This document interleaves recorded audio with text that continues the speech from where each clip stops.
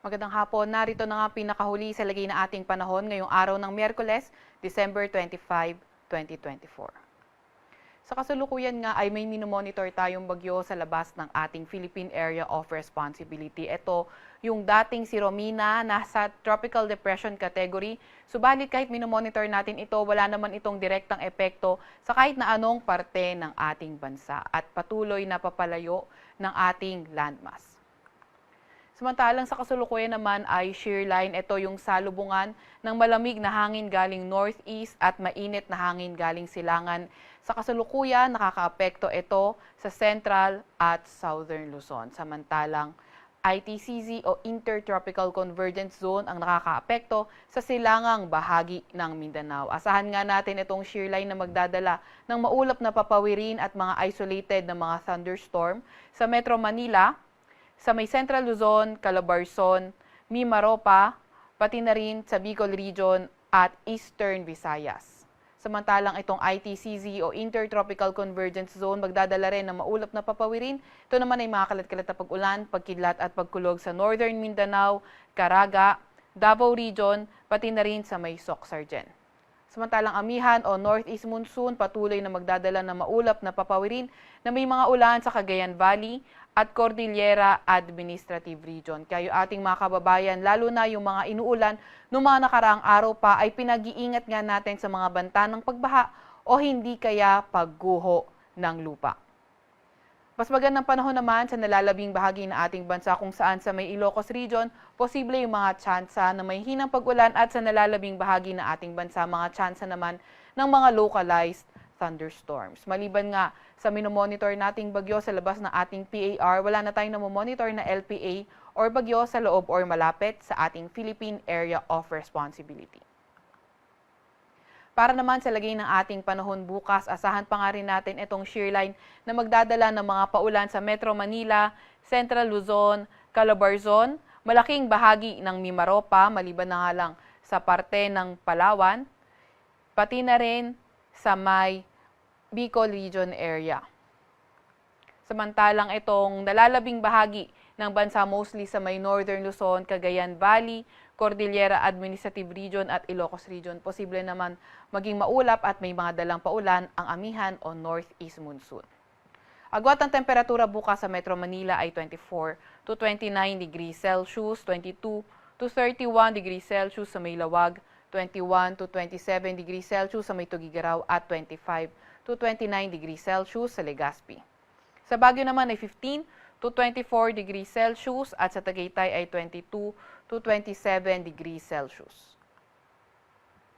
Agwat ang temperatura bukas sa Puerto Princesa ay 25 to 31 degrees Celsius at 25 to 32 degrees Celsius sa may Kalayaan Islands. Para naman sa lagay ng panahon bukas sa may Visayas at Mindanao, asahan nga natin sa southern at eastern portion ng Mindanao, posible pa rin magdala ng mga paulan ang ITCZ o Intertropical Convergence Zone, samantalang sa nalalabing bahagi ng Mindanao at sa may Visayas area, asahan naman natin mga tsansa ng mga localized thunderstorms. Agwat ang temperatura sa Iloilo, Cebu at Davao ay 25 to 32 degrees Celsius. Sa Cagayan de Oro naman at Tacloban ay 24 to 32 degrees Celsius. Meron din tayong nilabas na weather advisory. So inaasahan nga natin ngayong araw hanggang bukas ng hapon yung heavy to intense na mga pag-ulan sa Aurora, Quezon, Camarines Norte, Camarines Sur, pati na rin sa may Catanduanes. Kapag heavy to intense yung mga pag-ulan, posible yung 100 to 200 millimeters of rain. So numerous flooding events likely sa mga lugar na urbanized, low-lying at malapit sa rivers at landslide likely sa moderate to highly susceptible areas. Samantalang moderate to heavy rains naman ang dala ng shear line sa Sorsogon, Albay, Romblon, Marinduque, Oriental Mindoro, Batangas, Laguna, Metro Manila, Cavite, Rizal at Bulacan. Kapag moderate to heavy yung mga pag-ulan, localized flooding sa mga urbanized, low-lying at near rivers at landslide sa mga highly susceptible areas. Moderate to heavy rin ang mga pag-ulan ang sanhi ng ITCZ sa Dinagat Islands, Surigao del Norte, Surigao del Sur at Davao Oriental. Para naman bukas ng hapon hanggang Friday ng hapon, asahan nga natin ang heavy to intense na mga pag-ulan. Ito ay sanhi ng shear line sa Cagayan, Isabela at Aurora. Moderate to heavy ng mga pag-ulan dahil pa rin sa shear line sa Quezon at Apayao. Samantala, ang ITCZ o Intertropical Convergence Zone magdadala rin ng moderate to heavy na mga pag-ulan sa Dinagat Islands, Surigao del Norte, Surigao del Sur at Davao Oriental. Friday ng hapon hanggang Saturday ng hapon, meron pa nga rin mga heavy to intense na mga pag-ulan ang madadala na shear line sa may Cagayan at moderate to heavy caused by shear line pa rin sa Apayao at Isabela. Caused by ITCZ na moderate to heavy rain sa may Dinagat Islands, Surigao del Norte, Surigao del Sur at Davao Oriental. Ingat pa nga rin sa ating mga kababayan na mayroong mga heavy to intense na mga pag-ulan at moderate to heavy na mga pag-ulan dahil posible nga yung mga pagbaha at pagguho ng lupa. Yung ating mga kasamahan sa Regional Services Division patuloy na maglalabas ng mga thunderstorm advisory, heavy rainfall warning o rainfall advisory kung kinakailangan. Para naman sa 3-day weather outlook ng ating mga pangunahing syudad, asahan natin Metro Manila at Legazpi, simula Friday to Sunday, improving na yung weather conditions pero may mga tsansa pa rin ng mga localized thunderstorms. Sa Baguio naman, Friday to Saturday, mga tsansa ng mga thunderstorm ay posible pero pagdating ng Sunday, posibleng mga may hinang pag-ulan na lang yung inaasahan natin sa Baguio. Pinakamataas na temperatura sa Metro Manila ay 31 degrees Celsius.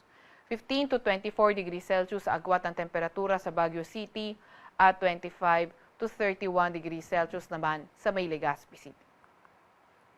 Para naman sa mga pangunahing syudad ng Visayas, Metro Cebu at Iloilo City, Friday to Sunday, patuloy yung mga tsansa ng mga localized thunderstorms at fair weather conditions. Sa Tacloban naman, hanggang Friday, fair weather conditions with chances of localized thunderstorms, pero pagdating ng weekend, posible na ngang maging maulan.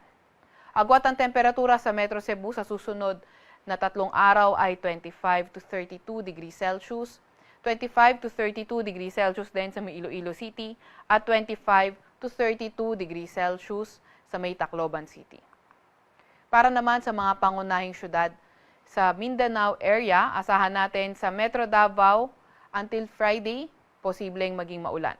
Pero improving na nga yung panahon pagdating ng Saturday and Sunday kung saan may mga tsansa lamang tayo ng mga localized thunderstorms. Sa may Cagayan naman, Friday to Sunday, asahan natin yung magandang panahon with chances of localized thunderstorms. Sa Zamboanga City, until Saturday, posible nga na yung mga kalat-kalat na mga pag-ulan, pagkidlat at pagkulog. Pero pagdating ng linggo, mga tsansa na nga lang ng mga localized thunderstorms sa ating kailangang bantayan. Sa Metro Davao, agwat ang temperatura ay 24 to 32 degrees Celsius. 24 to 32 degrees Celsius sa may Cagayan de Oro City at 23 to 32 degrees Celsius sa may Zamboanga City. Sa kasalukuyan nga rin pala, wala naman tayong nakataas na gale warning sa kahit na anong dagat baybayin na ating bansa. Sa Kalakang Maynila, araw ay lulubog ng 5:34 ng hapon at sisikat bukas ng 6:18 ng umaga. Huwag magpapahuli sa update ng Pag-asa. I-follow at i-like ang aming X at Facebook account, DOST_Pag-asa. Mag-subscribe din sa aming YouTube channel, DOST-Pag-asa Weather Report. At para sa mas detalyadong impormasyon, bisitahin ang aming website, pag-asa.dost.gov.ph. At yan na nga muna ang latest mula sa Weather Forecasting Center ng Pag-asa. Veronica C. Torres nag-uulat. Maligayang Pasko at Happy Holidays!